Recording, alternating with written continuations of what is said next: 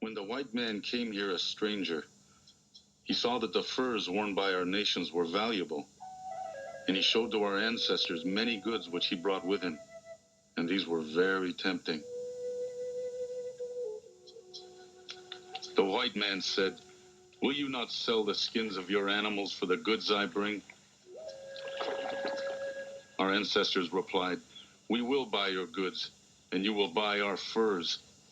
The whites proposed nothing more. Our ancestors acceded to nothing else. Podesha, Ojibwe.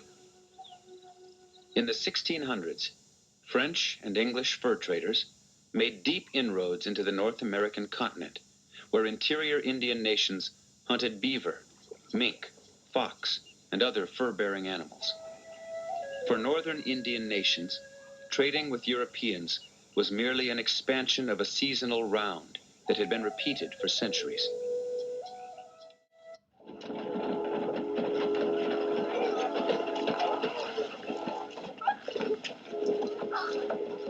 In the name of the Father,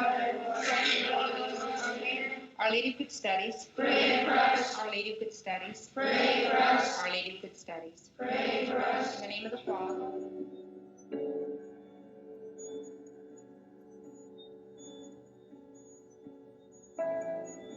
Not sure we'll ever get a final answer, but I'm absolutely convinced the number is much higher, perhaps as much as 5 to 10 times as high as that. It's because the records are so poor.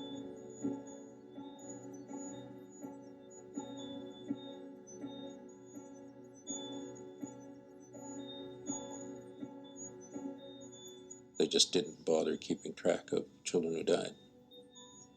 I think that's unacceptable. In my family, we lost 2 of my great uncles, and they died at residential school back in the 1910s. One of them didn't come home, and the other one did come home. He was very ill with tuberculosis, and he died very shortly after he came home. The 2 deaths had a great impact on my family. In fact, really changed everything. My great-grandparents decided at that point that they did not and were not willing to lose any more children. And so they ended up really running away, as the family story goes, in the middle of the night, running to Regina.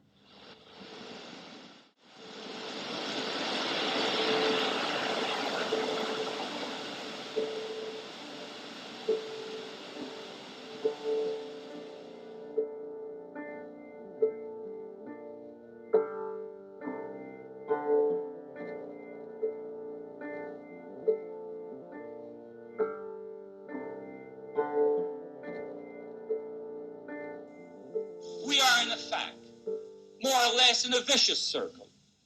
Vicious circle which can be explained in that way. Because we have a high rate of unemployed, we have to give more to social assistance. And because of that, we have less money for investment, and therefore we have more unemployed. But this government wants to break that vicious circles. And that's why we are looking. And we have decided for projects like the James Bay project.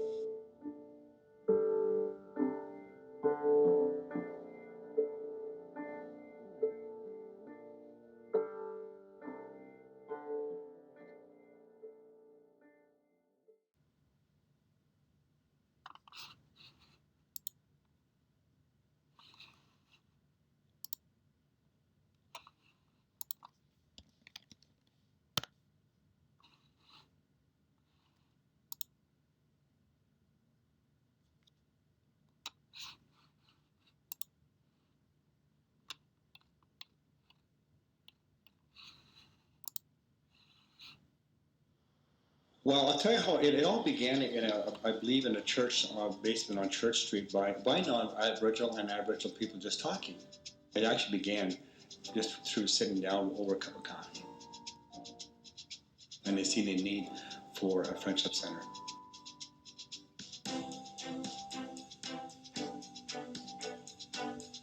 Our mandate is a meeting place and a cultural center. So We have a lot of cultural events going on, like Mohawk classes, Ojibwe, and we teach a lot of cultural programming.